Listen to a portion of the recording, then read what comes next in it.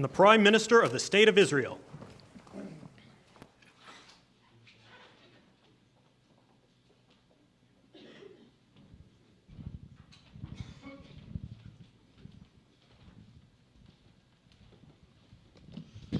Thank you very much, everybody. So this is a big, big day, a beautiful day, potentially one of the great days ever in civilization.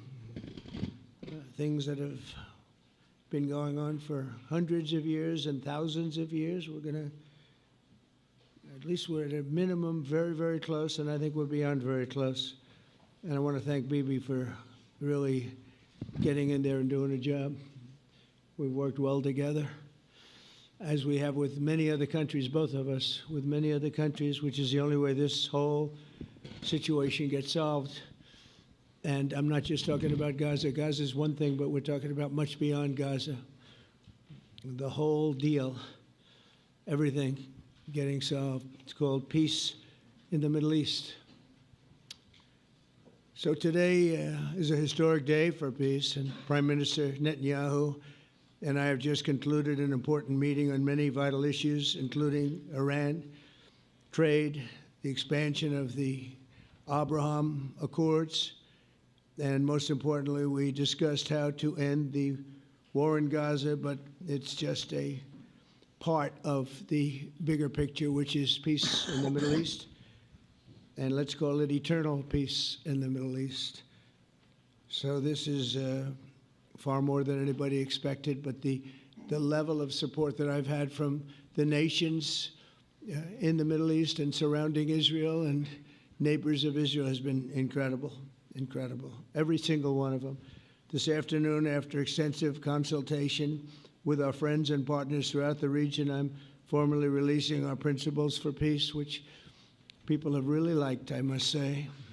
And these are done not just routinely done, these are done with total consideration and working with the nations that we're talking about. All of these nations have made contributions to those suggestions. I want to thank the leaders of many Arab and Muslim nations for their tremendous support in developing the proposal, along with many of our allies in Europe. Europe has been very much involved, and as I was called by many of the European leaders, most of them saying, is this true?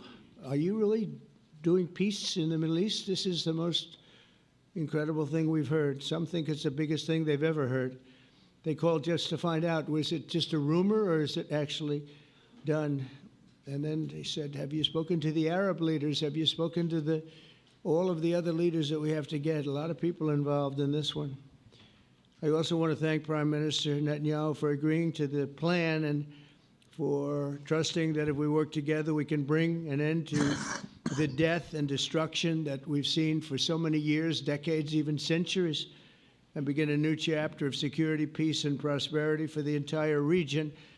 And I want to just say that my meetings and dialogue that we had with so many countries, Saudi Arabia as an example, the king is a phenomenal person. The Emir of Qatar, he's an incredible people. UAE, and that's MBZ and ABZ. We're totally involved. These are the people that we've been dealing with and who've been actually very much involved in this negotiation, giving us ideas, things they can live with, things they can't live with. Pretty complex. I mean, after 2,000, 3,000 years, whatever it is, I guess it's got to be a little complex, or it would have been done a long time ago. The King of Jordan was with us, as you know, in the United Nations. The President of Turkey, President Erdogan, is a friend of mine, a strong man, but a good man. President of Indonesia, somebody who's an amazing leader, Prabowo. He is an amazing leader and respected by everybody. He was in the room with us. We were together with most of these people that I'm mentioning. Others were by phone or the next day. The Prime Minister and the Field Marshal of Pakistan, they were with us right from the beginning. Incredible. In fact, they just put out a statement that they fully believe in this pact. It just came out just as I was walking around. They said, sir, you have a big notice from the Prime Minister of Pakistan and from the Field Marshal that they back this 100%. President El-Sisi of Egypt, who's terrific. And these are people I've gotten to know over the years. I mean, I would say it started around 2015 and then went into 2016 when the presidency officially began. But I've known him actually for a long time, and there are many cases really great men. I can't say in all cases, but I will tell you in many cases they're great men and some great women too. They tend to be mostly men, however, I will say that. But if accepted by Hamas, this proposal calls for the release of all remaining hostages immediately, but in no case more than 72 hours. So the hostages are coming back, and I hate even saying this from the standpoint, doesn't sound right, but it is so important to the parents. The bodies of the young men, I believe in almost all cases, the young men are coming back immediately. I met with parents. The parents felt as strongly about getting the body of their dead boy back as they did as though the boy were alive and well. It's so important to them. And it means the immediate end to the war itself, not just Gaza. It's the war itself. Under the plan, Arab and Muslim countries have committed, and in writing in many cases, but I actually would take their word for it. The people I mentioned, I'd take their word for it, to demilitarize Gaza, and that's quickly. Decommission the military capabilities of Hamas and all other terror organizations. Do that immediately. And we're relying on the countries that I named and others to deal with Hamas. And I'm hearing that Hamas wants to get this done too, and that's a good thing. And destroy all terror infrastructure, including the tunnels, weapons, production facilities. They have a lot of production facilities that we're destroying.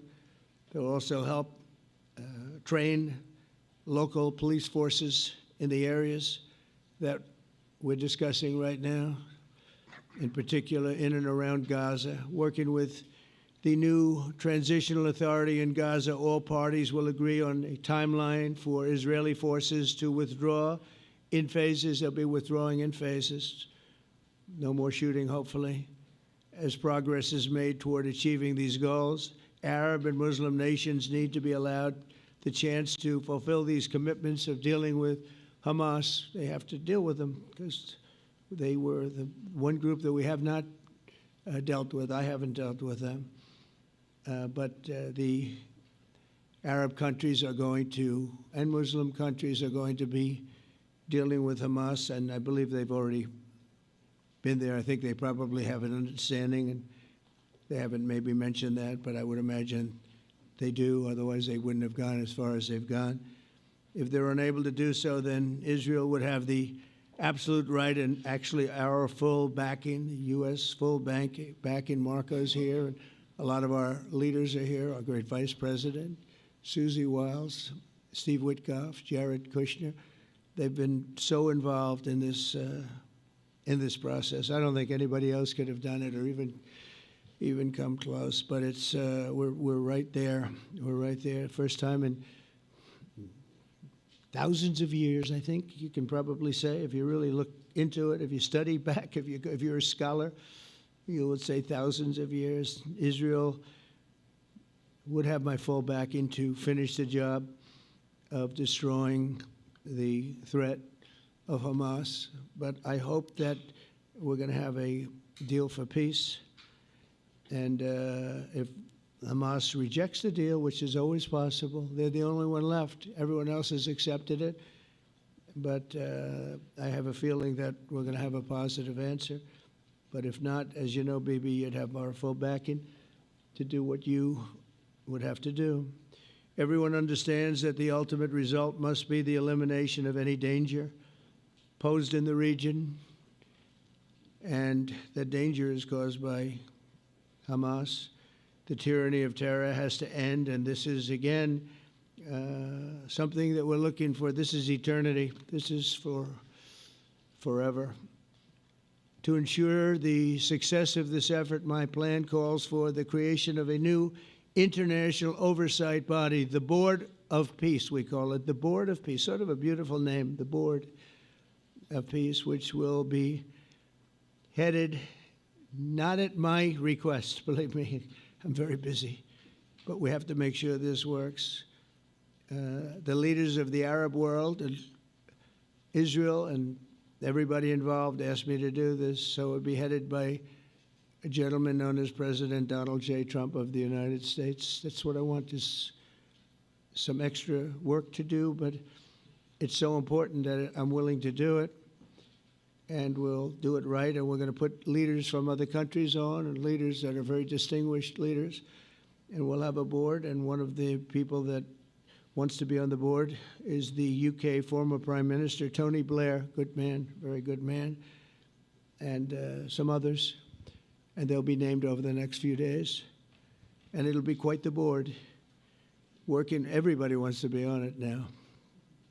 I don't know if that had anything to do. They named me and everybody else wanted to be on it. I guess they figure, well, he's a soft touch. He'll be easy to deal with. Working with the World Bank and others, it will be responsible for recruiting and training a new government that will be made up of Palestinians along with highly qualified experts from all around the world. Hamas and other terrorist factions will play no role in the board, but they'll play no role in the governance of Gaza at all, directly or indirectly. As you know, thousands of Hamas leaders have been killed and soldiers have been killed. And we can never forget October 7th, but thousands have paid the price for that. And now it's time to get our hostages back and get back to trying to build something that's really great and very important. In our meeting today, Prime Minister Netanyahu was very clear about his opposition to a Palestinian state, and he continuously mentions October 7th, and I understand that. Most people do. And I understand and respect his position on many things, but what he's doing today is so good for Israel. I noticed that they have large crowds gathering in Israel all the time, and they have my name up. They like me for whatever reason, Bibi, I don't know, but they do like me. But they say two things: please get the hostages back and please end the war. They've had it. It's had it. So I think it's a very popular thing you do, because he's a warrior. He doesn't know about getting back to a normal way of life, but he is a warrior, and Israel's lucky to have him. But now the people want to get back to peace. They want to get back to normalization in a true sense. Several countries have foolishly recognized the Palestinian state. As you know, some of our European friends, allies, good people, but they're really, I think, doing that because they're very tired of what's going on for so many decades. They've been presidents and prime ministers for years, and during this time, having to do with the Middle East, all they're doing is talking about the same thing over and over. They want to see it get back. And nobody wants that more than me, or I believe Bibi too. But the people of Israel want it. They really want it. They want the hostages back. That includes the probably 32 bodies that we're talking about, 20 people that are living, 32 or so people that are dead, and they want to have peace. So let us not forget how we got here. Hamas was elected by the Palestinian people. Israel withdrew from Gaza thinking they would live in peace. Remember that a long time ago? They withdrew. They said, you take it. This is our contribution to peace. But that didn't work out. That didn't work out. It was the opposite of peace. They pulled away. They let them have it. And I never forgot that, because I said, that doesn't sound like a good deal to me. As a real estate person, I mean, they gave up the ocean, right? Ron, they gave up the ocean. They said, who would do this deal? And it still didn't work out. They were very generous, actually. And they gave up the most magnificent piece of land in many ways in the Middle East, and they said, all we want to do now is have peace, and that request was not honored. Instead of building a better life for the Palestinians, Hamas diverted resources to build over 400 miles of tunnels and terror infrastructure, rocket production facilities, and hid their military command posts and launch sites in hospitals, schools, and mosques. So if you went after them, you'd be after them, and you wouldn't even realize you ended up knocking out a hospital or a school or a mosque. That terrible thing, terrible, terrible way to have to fight. No fight is good, but that's a real bad one. So there are many Palestinians who wish to live in peace. Many.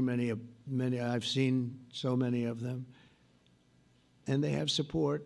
And I challenge the Palestinians to take responsibility for their destiny, because that's what we're giving them. We're giving them responsibility for their destiny, fully condemn and prohibit terrorism and earn their way to a brighter future. They don't want the life that they've had. They've had a rough life with Hamas. If the Palestinian Authority does not complete the reforms that I laid out in my vision for peace in 2020, they'll have only themselves to blame. We're giving them an amazing footprint, and they have amazing support from the leaders of the Arab world and the Muslim world, the great leaders. These are great leaders. These are unbelievable leaders that have built great countries and very wealthy countries. What the future holds for the Palestinians, no one really knows, but the plan that we put forward today is focused on ending the war immediately, getting all of our hostages back, getting everything back.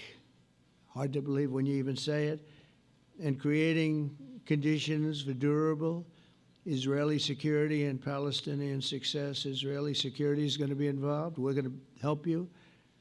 We'll be there with you in terms of helping with security. We want to make sure it works. We just want to make sure it works. There shouldn't be a shot fired. Now, there will be, I guess, because that's the way it seems to be, but they shouldn't have to be within a few days. There shouldn't have to be a shot fired.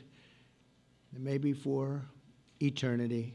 Wouldn't that be nice? I hope it's true. I can tell you the leadership of that region feels that there's a good chance of it being true. So this will lead to this agreement that we're talking about will lead to a sustainable long-term peace. No president in history has been a greater friend of the state of Israel than I have, in addition to negotiating the Abraham Accords. I like to say it that way because the real people, that's what they call Abraham. I would say Abraham, but it's so much nicer when you say Abraham. So much more elegant. But the Abraham Accords, they're amazing. Jared, you did that along with your group of geniuses, and nobody thought that could be done. We have 4 countries, and Sleepy Joe Biden didn't do a thing. He didn't even know what the hell they were. He should have had them fold up. But I think this will also lead to packing them. And who knows, maybe even Iran can get in there. I hope. We hope we're going to be able to get along with Iran. I think they're going to be open to it. I really believe that. But they could be a member. I long ago said, I'll bet you at some point Iran will be a member of the Accords. And little did I realize it was going to take this turn. That was some turn we did with the B-2s. But I think they might very well be there because it's a great thing for them economically. I recognize the eternal capital of Israel. I opened the American embassy in Jerusalem. That was something that everyone said would never be done, could never be done. Virtually every president for many, many years, for decades, would campaign on making Jerusalem the capital of Israel. They campaigned on it over and over. Is that right, Steve? Is that right? Everyone, and when they got to it, and I understand why now, because it was so. When I got to office, I campaigned on it too. I said, we're going to make it. And then I'd get calls from the leaders of various countries saying, please don't do it, please don't do it. It'll end the whole world, please don't do it. And finally, I just didn't say anything, and I did it. People were calling me before I did it because they heard I was going to do it, and leaders of countries were calling me, and I think it was on a Thursday that I did it, and they'd call me Monday, Tuesday, Wednesday, 3-4 times a day, and I said, tell them I'll call them back on Friday. And I announced it on Thursday, and I called them back, the biggest people in the world, and they said, "You've done it." I said, "Done what?" "You've made the capital of Israel, Jerusalem, and we wanted to talk yet." I wish you called me a little sooner. Maybe I could have done something about it. So that was a lot easier than getting into an argument, because I knew what they were calling about. And you know what? It turned out to be amazing. Everybody thought it was going to lead to the end of the world, right? The end of the world, Ron, that's what they said. It didn't lead to anything. It just led to something that I promised, and something that was very, very popular for Jewish people and a lot of other people, too. I recognize Israeli sovereignty over the Golan Heights, and I cut taxpayer funding to the corrupt United Nations Relief and Works Agency. And United Nations was interesting because, as you know, a few days ago they introduced me. Ladies and gentlemen, the President of the United States. I'm looking at my teleprompter, and the thing was dead, stone cold, dead. The thing's up here. I have a long, beautiful speech to make. I'm back 30 feet back, and I'm saying, they're introducing me. There's nothing on my teleprompter. So, but I made a speech. I actually got good marks. You think Biden could have done that? I don't think so. I don't think he could have done that. I don't think too many people could have done it. But actually, it was actually more of a speech from my heart, if you want to know the truth. I think it was maybe better in certain ways because it was from the heart. It has to be from the heart. Otherwise, you're in big trouble.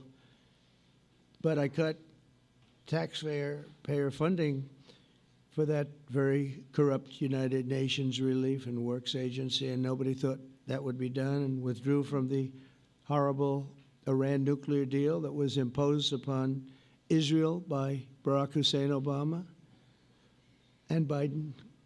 And I don't think Biden knew anything about it, though. I don't think he knows anything about it now, actually, if you ask him. He'd say, "What is that?" And we obliterated Iran's nuclear enrichment capacity, making it impossible for them to have a nuclear weapon, which they would have had probably in about 2 months from that. But I've never asked Israel to compromise its security, but we had big, strong talk. Nobody's been better to Israel. No president's been better to Israel than Donald Trump. But we had a long, strong talk, Bibi and I, and he understands it's time. It's time. History has shown. And the people of Israel want it. And the people of the Middle East want it. The people of enemies of Israel want it. But they don't have really too many enemies right now. And you know what? Many countries have gained great respect for Israel, for the way they fight, for the job they do, including me. I had respect anyway, but they gained respect. History has shown us that those who have relations with Israel have thrived, while those who have devoted resources and attention toward the destruction and even annihilation of Israel have languished. They haven't done well. Israel is not going anywhere. They're going to coexist with other people and countries in the region, from Syria to Lebanon to Saudi Arabia. The promise of a new Middle East is so clearly within our reach. This is the closest we've ever come to real peace, not fake peace, not political fool's peace. If we can get this difficult problem solved, the opportunities for all within that vast region of this world, it's a vast region, it's unlimited. The Abraham Accords show that all countries are better off when they communicate and work together and embrace new opportunities. I hope Jared and Steve and Susie and Marco and JD, we have great people.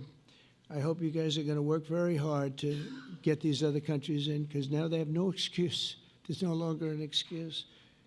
They were somewhere hesitant. And I tell you, the 4 countries that went in, I give them tremendous credit, and it's worked out incredibly well for them. In the same spirit, I'm pleased to report that earlier today we took another important step toward greater understanding in the region. A short time ago, we had a historic phone call in the Oval Office with Prime Minister Tani, who's really a great, great person. So we had a great talk, and I was on the phone, and Bibi was talking. Prime Minister Al Thani was of Qatar. They really had a heart-to-heart conversation. It was a great conversation, I thought. It was productive. It was everything that you need to have something turn out to be successful. And I want to thank Bibi, and I want to thank the Prime Minister. It was fantastic. We agreed to launch a formal trilateral mechanism between Israel, Qatar, and the United States to begin a dialogue to enhance mutual security, correct misperceptions, and avoid future misgivings. And I want to thank Qatar, its leadership, and the Emir. He's a fantastic person. I think, you know, I'm going to be his public relations man because I know him differently than a lot of people know him. But he wants peace. He wants to see peace. And its people, and they really acknowledge the critical role that they've played as mediator. And again, we're not quite finished. We have to get Hamas, but I think they're going to be able to do that. So now it's time for Hamas to accept the terms of the plan that we've put forward today. And again, this is a different Hamas than we were dealing with because I guess over 20,000 have been killed. Their leadership has been killed 3 times over. So you're really dealing with different people than we've been dealing with over the last 4 years, 5 years. Everyone has done their part and come to the table in good faith. Our Arab and Muslim partners are fully prepared to step up and fulfill their commitments for the benefit of the people of Gaza and the entire region. They're willing to step up and do a lot. They really are. There are a lot of good people involved. Everybody who wants to see an end to the violence and destruction should be united in calling for Hamas to accept the extremely fair proposal so that we can end the war and get us back our hostages right now and have everlasting peace. And I look forward to having relationships with everyone. As the chairman of the board, I'll be involved, and we'll have meetings with some very smart people that'll be working over there to make sure that we haven't just been wasting time with an agreement that doesn't get done. The task of building peace will not be easy. There are some of the hardest problems in the world to solve, and that's why it's been going on for so many centuries.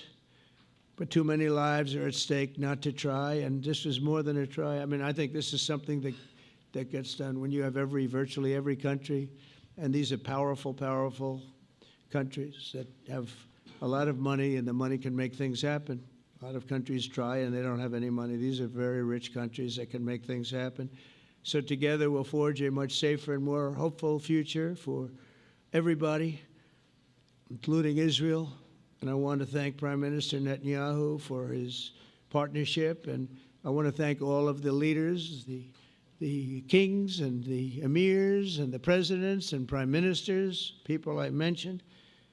And they've been absolutely fantastic to work with. And it's just happened very quickly. It's happened from a couple of weeks before I had a couple of meetings, but a couple of weeks before we went to the United Nations, and we had some incredible meetings. It all came to place. It all took place, and everybody wanted to be a part of it. I don't have anybody that's saying we don't want anything to do with it. It's just the opposite.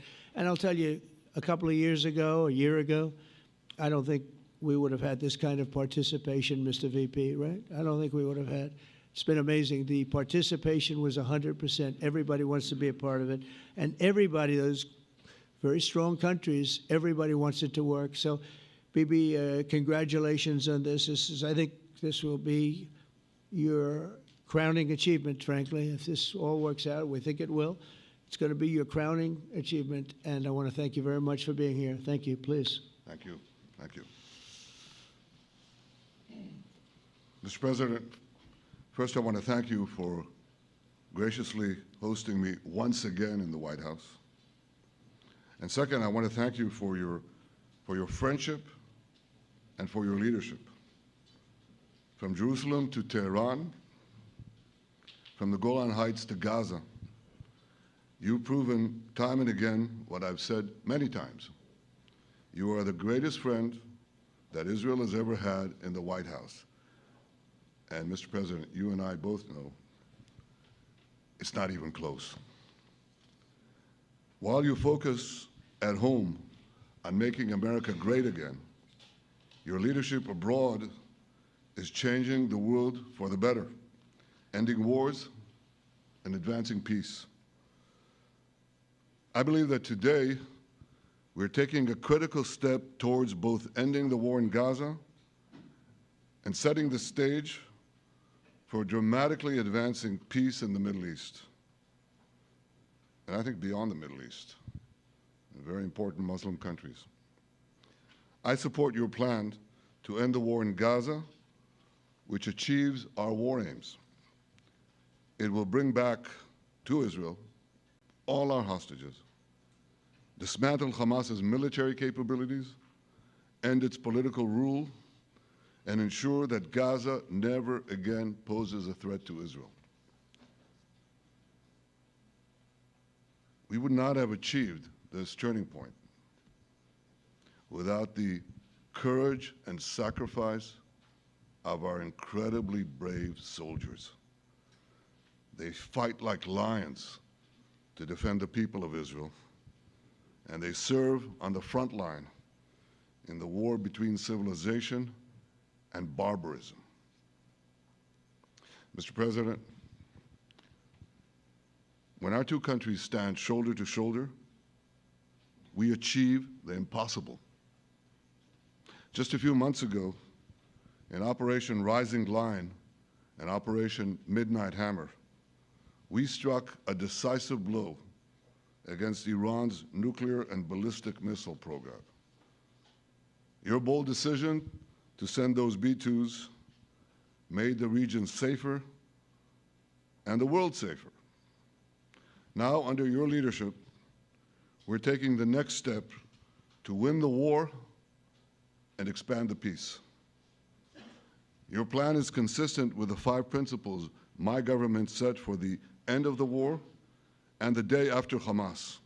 Everybody asks, what is your plan for the day after Hamas? Here's our plan. Pass it in the cabinet. All our hostages, both those who are alive and those who died, all of them will return home immediately. Hamas will be disarmed. Gaza will be demilitarized. Israel will retain security responsibility, including a security perimeter for the foreseeable future. And lastly, Gaza will have a peaceful civilian administration that is run neither by Hamas nor by the Palestinian Authority. If Hamas agrees to your plan, Mr. President, the first step will be a modest withdrawal, followed by the release of all our hostages within 72 hours. The next step will be the establishment of an international body charged with fully disarming Hamas and demilitarizing Gaza. I appreciate your willingness to lead the body, Mr. President. I really appreciate it because you have a lot of things to do, and this is important. And it reflects the confidence that this will give everyone, that things will be followed up on all the commitments made. The fact that you're taking this on, I think, helps a lot to make sure that everything flows in the direction that we want. Now, if this international body succeeds, we will have permanently ended the war. Israel will conduct further withdrawals linked to the extent of disarmament and demilitarization, but will remain in the security perimeter for the foreseeable future. I think we should understand that we're giving everybody a chance to have this done peacefully, something that will achieve all our war objectives without any further bloodshed. But if Hamas rejects your plan, Mr. President, or if they supposedly accept it and then basically do everything to counter it, then Israel will finish the job by itself. This can be done the easy way, or it can be done the hard way, but it will be done. We prefer the easy way, but it has to be done. All these goals must be achieved because we didn't fight this horrible fight, sacrifice the finest of our young men to have Hamas stay in Gaza and threaten us again and again and again with these horrific massacres. Mr. President, I was encouraged by your clear statement at the UN against the recognition of a Palestinian state. That would be an outcome that, after October 7th, would reward terrorism, undermine security, and endanger Israel's very existence. As for the Palestinian Authority, I appreciate your firm position that the PA could have no role whatsoever in Gaza without undergoing a radical and genuine transformation. In your 2020 peace plan, which you mentioned just now, you made clear what that transformation requires. It's not lip service. It's not checking a box. It's a fundamental, genuine, and enduring transformation. And that means ending pay to slay, changing the poisonous textbooks that teach hatred to Jews, to Palestinian children, stopping incitement in the media, ending lawfare against Israel at the ICC, the ICJ, recognizing the Jewish state, and many, many other reforms. It won't come as a surprise to you that the vast majority of Israelis have no faith that the PA Leopard will change its spots. But rather than wait for this miraculous transformation, your plan provides a practical and realistic path forward for Gaza in the coming years, in which Gaza will be administered neither by Hamas nor the Palestinian Authority, but by those committed to a genuine peace with Israel. I think this can be not only a new beginning for Gaza, I think it can be a new beginning for the entire region. Under your leadership, we can re-energize, well, I've got to contribute my own, we can re-energize the Abraham Accords. That's what it's called in the original Hebrew, Abraham. Abraham is fine, Abraham, however you want to call it. Under your leadership, Mr. President, we can re-energize the Abraham Accords that we forged 5 years ago. We can expand them to many more Arab and Muslim nations that choose moderation over extremism. I think there's an opportunity here. It's not going to be easy, it's tough going, but I think if we succeed, you're absolutely right. We're going to open possibilities that nobody even dreamed of. But I think we dream of them. As you've told me, Mr. President, and you've told the world many, many times, you said, remember October 7th. Remember October 7th. And we do. We will never forget the horrors of October 7th, and we will do whatever is necessary to make sure they don't happen again. Since October 7th, Israel's enemies have learned a hard truth. Those who attack us pay a heavy price, but those who partner with us advance progress and security for their peoples. President Trump just said it. It's also in the Bible. It says, those who will bless you will be blessed, and those who will curse you will be cursed. And that's actually what is happening. We want the blessings. I think we've done a lot in the past 2 years to end the curse. We're not finished, but we've done a lot. And we've done a lot together to end the curse. I want to thank your entire team for their efforts to get to this point. I especially want to thank Steve Witkoff and Jared Kushner for their indefatigable work to bring Israel and Arab states in the region closer together.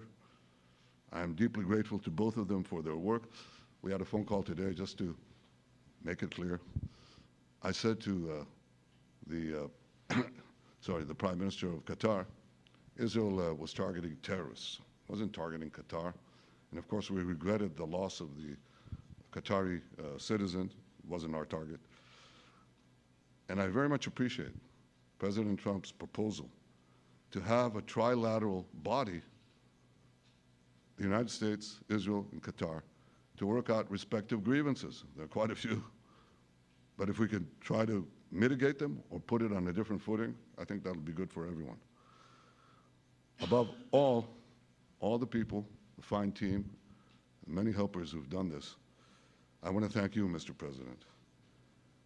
History has already shown that under your leadership, Israel and America can change the face of the Middle East. And today I'm hopeful that your plan to end the war in Gaza will do so again and do so soon. It will free our hostages, end Hamas's tyranny in Gaza, and enable a more secure and prosperous future for the peoples of our region. Thank you, Mr. President. May God bless America. May God bless Israel. May God bless the indispensable alliance between our countries. And may I add, in Hebrew, G'mal Chatima Tova, may we all be inscribed in the book of life. Thank you. Thank you very much, Bibi. So I think while we wait for these documents to be signed and get everybody in line, I think it maybe is not really appropriate to take questions. I'm meeting with, as you know, a couple of Democrats in a little while about the country, about keeping our country open.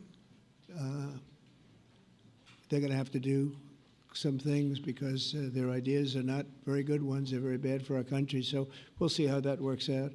But this is something that was really historic today. This was something that was amazing. I think, Bibi, I mean, depending on you, I think while we're waiting for signatures and waiting for approvals from a lot of different countries that are involved in this, we probably shouldn't take questions? Or would you like to take a question or two from perhaps a friendly Israeli reporter, if there's such a thing? That's a very, very tough proposition. But I would think, Mr. President, that I would go by your instinct that this is, we'll have enough time for questions. Let's settle the issue first, I think. No. Thank you very much, everybody. Thank you.